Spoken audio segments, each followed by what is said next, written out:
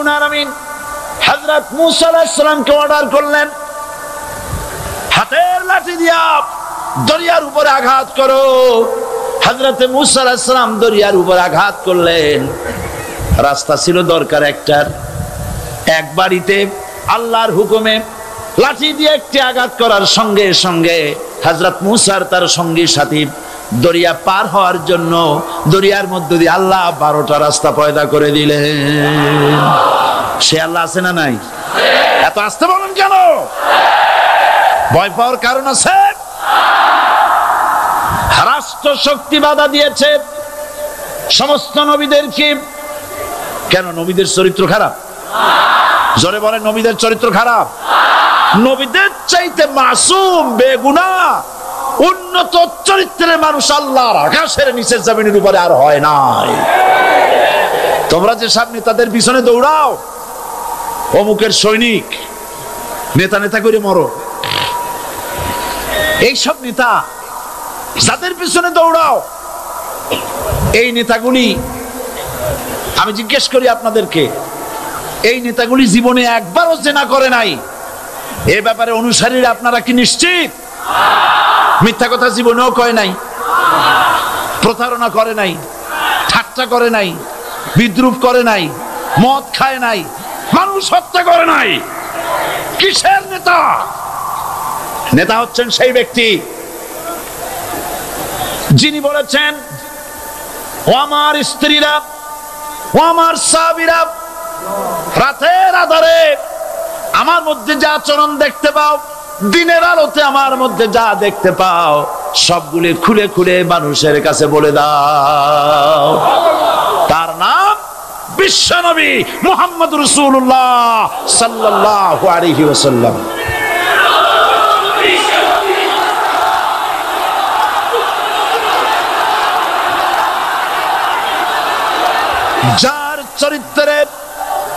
যার চরিত্রের সার্টিফিকেট আল্লাহ রাব্বুল আলামিন নিজে দিচ্ছেন, ওয়া ইন্নাকা লাআলা খুলুকিন আযীম। নবী হে, উন্নত চরিত্রের উপরে আপনি প্রতিষ্ঠিত। সুবহানাল্লাহ। কে সার্টিফিকেট দিচ্ছেন? আযীম, আযীম। জামাল নাসেরের পাঠানো সেই লোকটি জেলখানার ভিতরে দৃশ্য দেখে অবাক হয়ে ফিরে এসে বললেন, জাহাপানা, কয়েকখানার ভিতরে গিয়ে দেখলাম সৈয়দ কুতুব নামাজের ভিতরে সিজদায় পড়ে আছে, আর শিকারী পাগলা কুকুর তার পাশে বসে তাকে পাহারা দিতেছে। মৃত্যুর ভয় ইমানদারেরা করে না।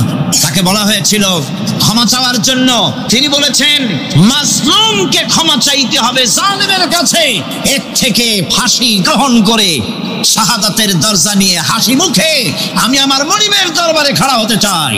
এটাই হলো ঈমান। হ্যাঁ, জামাল নাসেরকে আল্লাহ পাক ইন্তেকাম নিলেন, দুনিয়া থেকে বিদায় করে দিলেন। সম্রাট আকবর, নাম শোনেন নাই? কোথাকার প্রেসিডেন্ট? ভারতবর্ষে। কত বড় নাম করা ব্যক্তি।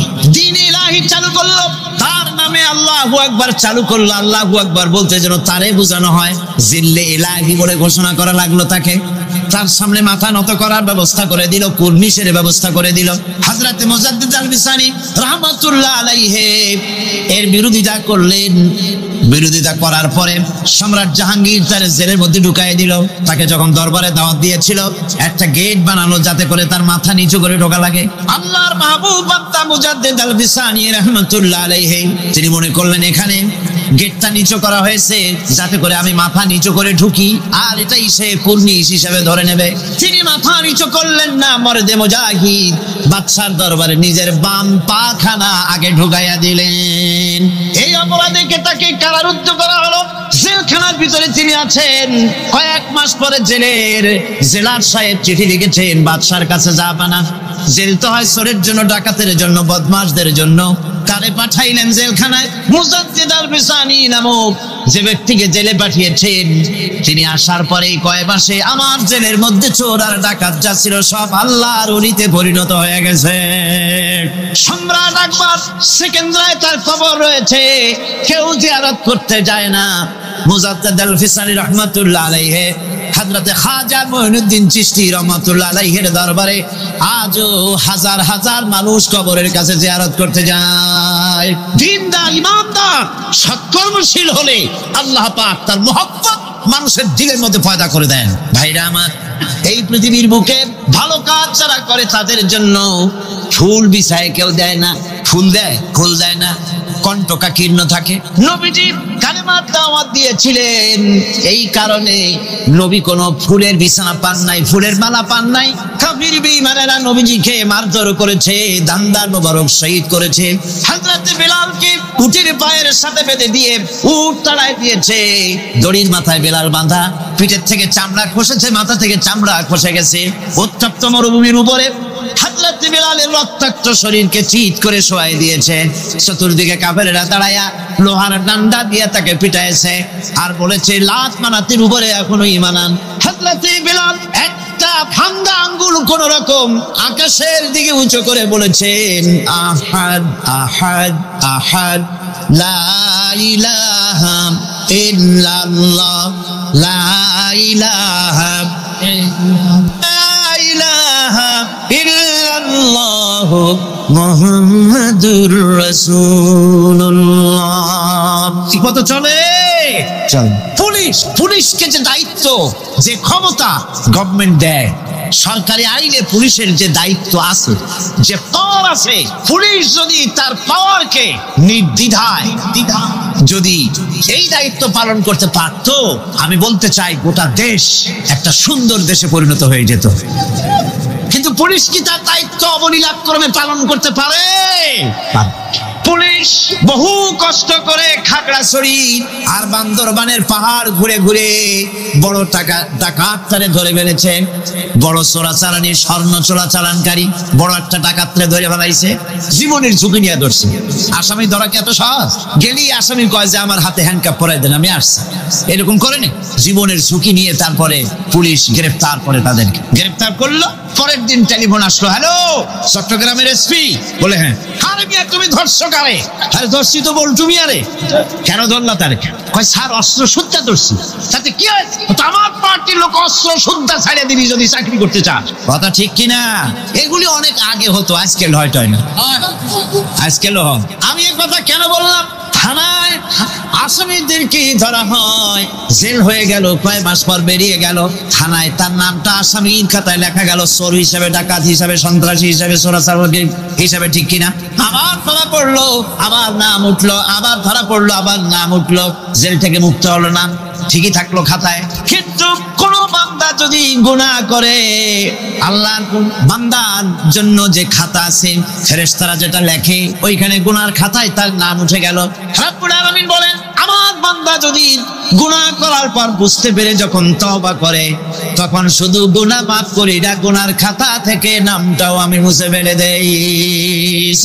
আমার বান্দা যখন শয়তানের ওয়াসওয়াসায় পড়ে একটা নেকের একটা গুনাহ নিয়ত করবে, গুনাহ করার নিয়ত করবে, গুনাহটা করে নাই, পাপ লিখবা না। গুনাহ করা হয়ে যাওয়ার পর একটা গুনার জন্য একটা গুনাহই লিখবা। আর যদি আমার বান্দা কোন একটি নেকির কাজের নিয়ত করেছে, হজের নিয়ত করেছে, হজে যায় নাই, মাদ্রাসা মসজিদে দান করবে, চট্টগ্রাম তাফসীরুল কোরআন মাহফিলে দান করবে, করে নাই এখনো, শুধু নিয়ত করেছে, নেক নিয়তের কারণে আমলনামায় একটা নেকি লিখে দিবা।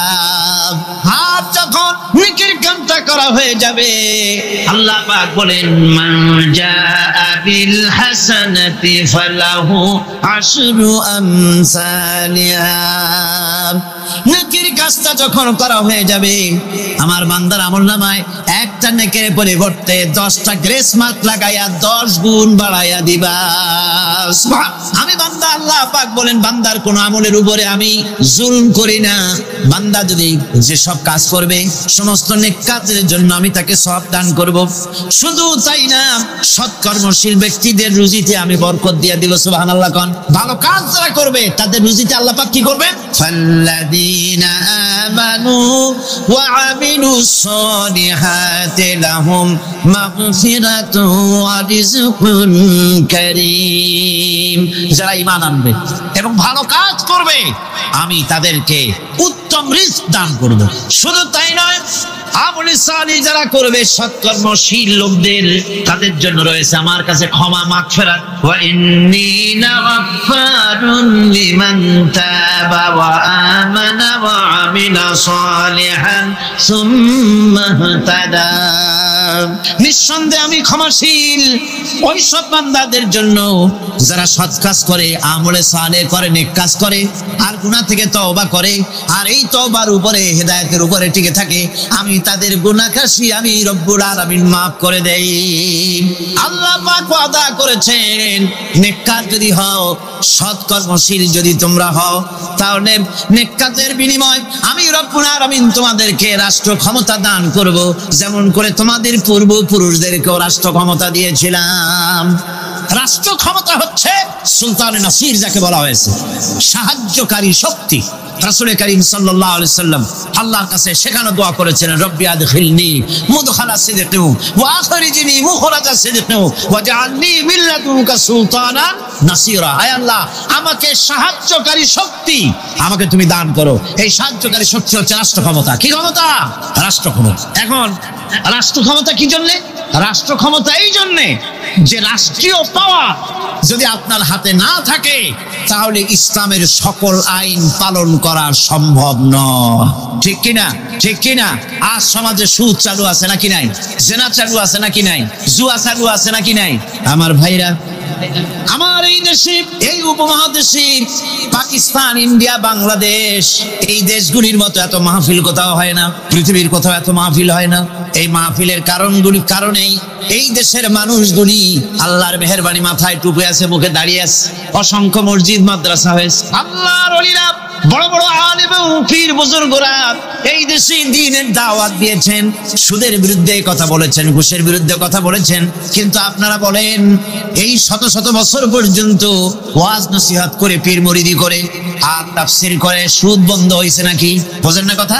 সুদ বন্ধ হয়েছে, ঘুষ বন্ধ হয়েছে, জেনা বন্ধ হয়েছে, বেশ্যালয় বন্ধ হয়েছে।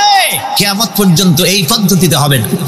কথা বুঝে আসছে? ওয়াজ করে, তাফসীর করে যদি সুদ আর ঘুষ বন্ধ হয়ে যেত, তাহলে রাসূলুল্লাহর চাইতে বড় ওয়াজ আল্লাহর দুনিয়ায় আর নাই। তিনি ওয়াজ করে বন্ধ করে দিতেন, কিন্তু তা হয় নাই।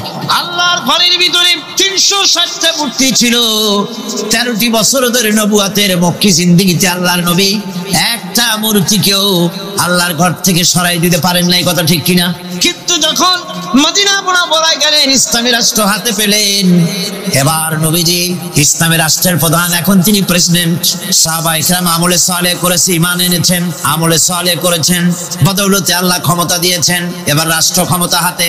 রাসূলুল্লাহ মক্কা দখল করলেন, কাবার ঘরের মধ্যে প্রবেশ করলেন, হাতে একটা লাঠি ছিল, মূর্তিগুলোর মাথায় আঘাত করলেন, বললেন, যা আল্লাহ ওয়াজাহাকাল বাতিল ইন্নাল বাতিলা কানা যাহুকা।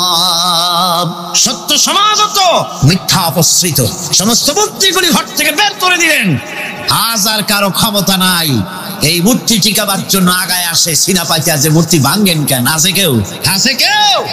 শুধু তাই না, কাবা ঘরে ঢোকার জন্য চাবি যার কাছে থাকে, সে লোকের আজ আর টাকা লাগে নাই। এর আগে রাসূলুল্লাহ ঘরের মধ্যে ঢুকতে চাইছিলেন, ঢুকতে দেওয়া হয়নি, আরো গালাগালি দেওয়া হয়েছিল। আর আজকে চাবিওয়ালা দৌড়ে আসছে, হুজুর ঘরে ঢুকবেন না, এই নেন চাবি। আল্লাহ রাসূল চাবি নিলেন, ঘরের মধ্যে ঢুকলেন, মূর্তিগুলো ফালাই দিয়া আল্লাহর ঘরের বাইরে এসে চাবির রক্ষককে ডেকে বললেন, এই চাবি তোমার কাছে থাকবে, কোন জালেম ছাড়া তোমার কাছ থেকে এই চাবি কেউ নেবে না। রাহমাতুল লিল আলামিন, কি ব্যবহারটা! এই চাবি তোমার কাছেই থাকবে। লোকটি স্পষ্টই বুঝতে পারলো তিনি কোনো সাধারণ মানুষ নন, সাধারণ কোনো দেশ দখলকারী বাদশা নন। নিঃসন্দেহে তিনি আল্লাহর নবী।